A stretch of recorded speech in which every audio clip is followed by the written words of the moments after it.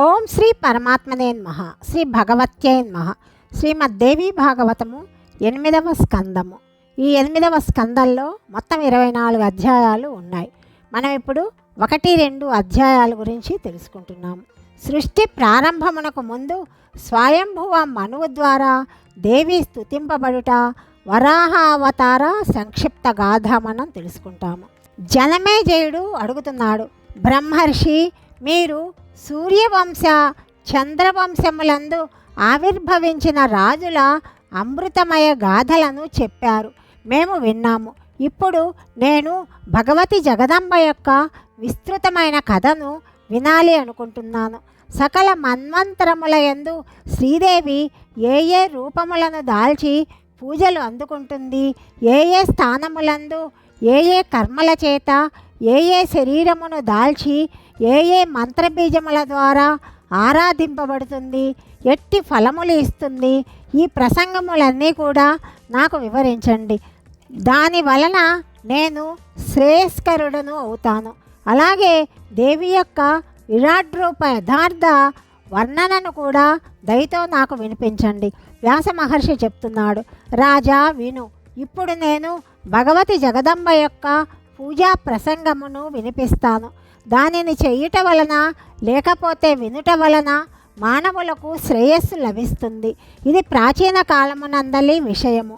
ఈ ప్రసంగమును గూర్చే నారదుడు భగవంతుడకు నారాయణుని అడిగాడు. అప్పుడు యోగాచార్య ప్రవర్తకుడును భగవంతుడు అయిన నారాయణుడు ఇచ్చిన సమాధానమునే నేను నీకు వినిపిస్తాను. ఇది ఒకానొక కాలము నాటి విషయము. బ్రహ్మపుత్రుడైన నారద మహర్షి భూమండలమున విహరిస్తూ భగవంతుడకు నారాయణుని ఆశ్రమమునకు చేరాడు. ఆయన యోగాత్మయకు నారాయణుని ఇట్లు ప్రశ్నించాడు, దేవేశ్వర, మీరు పురాణ పురుషోత్తములు, సకల దేవతలను వ్యవస్థీకరించువారు, జగత్తును ఉద్ధరించువారు, సర్వజ్ఞానులు, అనేక సద్గుణములతో సంపన్నమై ఉన్నవారు.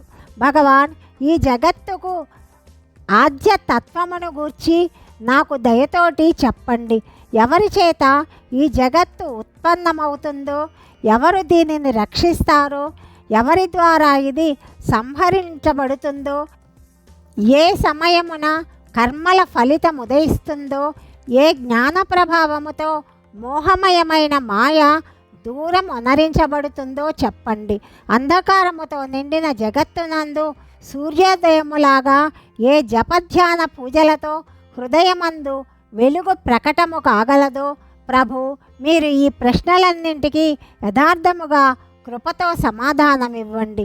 తత్ఫలితముగా ప్రాణి అత్యంత అంధకారమైన జగత్తును సులభముగా తరించగలడు. వ్యాస మహర్షి చెప్తున్నాడు, రాజా, భగవంతుడకు నారాయణుడు యోగీశ్వరుడు, మునులకు తలమానికమైనవాడు, సనాతనుడు. దేవర్షి నారదుడు ఇట్లు అడుగగా ఆ స్వామి ఈ విధంగా చెప్పడం ప్రారంభించాడు, దేవర్షి నారద, నీవు ఈ జగత్తు యొక్క ఉత్తమ తత్వాన్ని విను. జగత్తునందు ఒకే ఒక తత్వము భగవతి జగదంబ. ఈ విషయమును అంతకు మునిపే మీకు చెప్పాను. దేవతలు, ఋషులు, గంధర్వులు, అలాగే విద్వాంసులు కూడా దీనినే వక్కాణిస్తారు. ఆ దేవియే జగత్తును సృష్టించి పాలించి సంహరిస్తుంది. ఆమె త్రిగుణాత్మకమైన కారణమున సకల కార్యభారము ఆమె మీదే ఆధారపడి ఉన్నది. సిద్ధపురుషులు కూడా పూజించే ఆ దేవి స్వరూపమును వర్ణిస్తాను. ఆ దేవిని స్మరించగానే సమస్త విఘ్నములు తొలగిపోతాయి, కోరికలు తీరిపోతాయి. మోక్షమును ప్రసాదించుట కూడా ఆ దేవి సమర్థురాలు. స్వయంభూ మొదలగు మునులు బ్రహ్మపుత్రులుగా చెప్పబడతారు. ప్రతాపవంతుడైన మనువు భార్య శతరూప. శ్రీమంతుడైన మనువు సకల మన్వంతరముల ప్రవర్తకుడిగా మన్నింపబడతాడు. ఒకసారి స్వయంభువ మనువు పుణ్యాత్ముడైన తన తండ్రి ప్రజాపతి అయిన బ్రహ్మను భక్తిపూర్వకముగా చేరుకొన్నాడు. అప్పుడు బ్రహ్మ అతనితో ఇట్లా అంటున్నాడు, నాయన, నీవు భగవతి భువనేశ్వరిని ఉపాసించాలి. ఆ దేవి ప్రసన్నురాలైతే నీ ఈ ప్రజాసృష్టి ఎంతో చక్కగా పెంపొందించగలవు. మిగుల ఆదరణీయుడు సర్వసమర్థుడైన స్వయంభువ మనువుతో బ్రహ్మ ఇట్లు చెప్పాడు. అప్పుడతడు తన తపస్సు ద్వారా జగత్తును సృష్టించు దేవిని సంతుష్టురాలను చేయు ప్రయత్నముతో లగ్నమయ్యాడు. దేవి దేవతలకు అధిష్టాత్రి, ఆద్యురాలు, మాయ, సర్వశక్తి స్వరూపిణి, సర్వకారణకారిణిగా చెప్పబడుతుంది. స్వయంభువ మిగుల సావధానుడై దేవిని స్తుతించసాగాడు. జగత్కారణములకు కూడా కారణమైన శంఖ చక్ర గదాదులను హస్తములందు ధరించిన శ్రీహరి హృదయమందు విరాజమానురాలివైన భగవతి దేవేశ్వరి, నీకు పదే పదే నమస్కరిస్తున్నాను. వేదమయ మూర్తిని ధరించు భగవతి జగదంబిక, నీవు కారణస్థాన రూపిణివి, 3 వేదముల ప్రమాణాలు తెలిసిన దానివి, సకల దేవతారాధ్యవు, కళ్యాణ స్వరూపిణివి, పరబ్రహ్మ పరమేశ్వరివి, మహాభాగ్యశాలివి, మహామాయవు, మహాదయవు, మహాదేవప్రియవు, వాస, మహాదేవ ప్రియంకరి, గోపేంద్ర ప్రియ, జ్యేష్ఠ, మహానంద, మహోత్సవ, మహామారి భయమును నశింపచేయు దేవి, దేవతలచే పూజింపబడు దేవి, నీకు నమస్కారము. నారాయణి, నీవు అన్ని విధముల మంగళప్రదాతవు, మంగళమయివి, కళ్యాణదాయిని, శివ, సకల పురుషార్థములను సిద్ధింపచేయుదానవు, శరణాగత వత్సలవు, 3 నేత్రములతో ప్రకాశించు దానవు. గౌరీ, నీకు నమస్కారము. ఈ విశ్వమంతా నీ వలన ప్రాదుర్భవిస్తుంది. నీతో పడుగు పేకలాగా నిత్యము నిండి ఉంటుంది. నీ దివ్య చైతన్య పుంజమున, నీ తేజో నిధానమున, అత్యంతరహితమైన నీ కటాక్ష వీక్షణ మాత్రమున బ్రహ్మ జగములన్నీ కూడా పుట్టిస్తాడు. శ్రీహరి పాలిస్తాడు, రుద్రుడు సంహరిస్తాడు. మధుకైటబుల భయముచే పీడితుడై బ్రహ్మ ఆ దేవిని స్తుతించి భయంకర దానవ సంసార సాగరము నుండి తనను ఉద్ధరించుకొన్నాడు. అట్టి భగవతి జగదంబకు ప్రణామములు.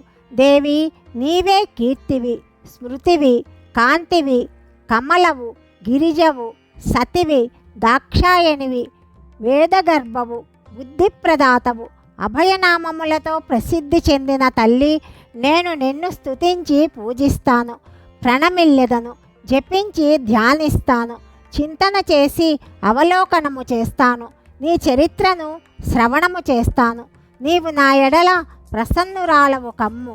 మహిత మంగళమయ విగ్రహ రూపిణివగు లోకేశ్వరి, నీ కృపచేతనే బ్రహ్మ వేదములకు భాండాగారం అయ్యాడు. శ్రీహరి లక్ష్మికి భర్త అయ్యాడు.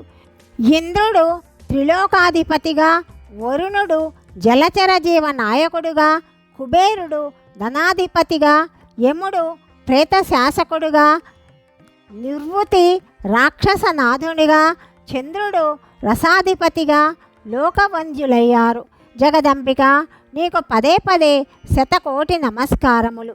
భగవంతుడైన నారాయణుడు చెప్తున్నాడు. దేవర్షి నారద, బ్రహ్మపుత్రుడకు స్వయంభువ మనువు భగవతి నారాయణిని ఈ విధంగా స్తుతించగా, అప్పుడు ఆ దేవి ప్రసన్నురాలై అతనితో ఇలా చెప్పింది. రాజేంద్ర, బ్రహ్మపుత్ర, నీవేమి కోరుకుంటున్నావు? అదే వరమును అడుగు. నేనిప్పుడు నీ స్తుతుల చేత, భక్తి చేత, ఆరాధన చేత పరమ ప్రసన్నురాలనైనాను. మనువు చెప్తున్నాడు. సాటిలేని కృపను చూపు దేవి, నీవు నా భక్తికి ప్రసన్నురాలవైతే దయచేసి ఈ ప్రజా సృష్టి నిర్విఘ్నముగా పెంపొందునట్లు అనుగ్రహింపుము. అప్పుడు శ్రీదేవి చెప్తున్నది. రాజేంద్ర, నా కృపాప్రసాదమున నీ ప్రజా సృష్టి తప్పక వృద్ధి పొందుతుంది. విఘ్నములు బాధలు లేకుండా క్రమముగా పెంపొందుతుంది. ఏ పురుషుడైనా నా యందు భక్తి కలిగి నీ చేత స్తుతింపబడిన ఈ స్తోత్రమును ఎప్పుడూ పఠిస్తాడో అతని విద్యయు, ప్రజలను, కీర్తియు, కాంతియు నిరంతరము వృద్ధి పొందుతుంది. ఇందులో ఏ సందేహము లేదు. రాజా, ఈ స్తోత్ర ప్రభావమున మానవుడు ధనధాన్య సంపన్నుడవుతాడు. అతని శక్తి ఎప్పుడు కూడా సడలిపోదు. అట్టివాడు సర్వత్రా విజయమునే పొందుతాడు. నారాయణుడు, భగవంతుడైన నారాయణుడు చెప్తున్నాడు. పరమ బుద్ధివంతుడు, బ్రహ్మపుత్రుడు అయిన స్వయంభువ మనువునకు భగవతి వరమిచ్చింది. అప్పుడు ఆ జగదంబ అంతర్ధానమయ్యింది. జగదంబ దగ్గర వరమును పొంది స్వయంభూ మనువు తన తండ్రి దగ్గరికి వెళ్ళి ఏమి చెప్పాడో తదుపరి భాగంలో తెలుసుకుందాం. సర్వం శ్రీకృష్ణార్పణమస్తు.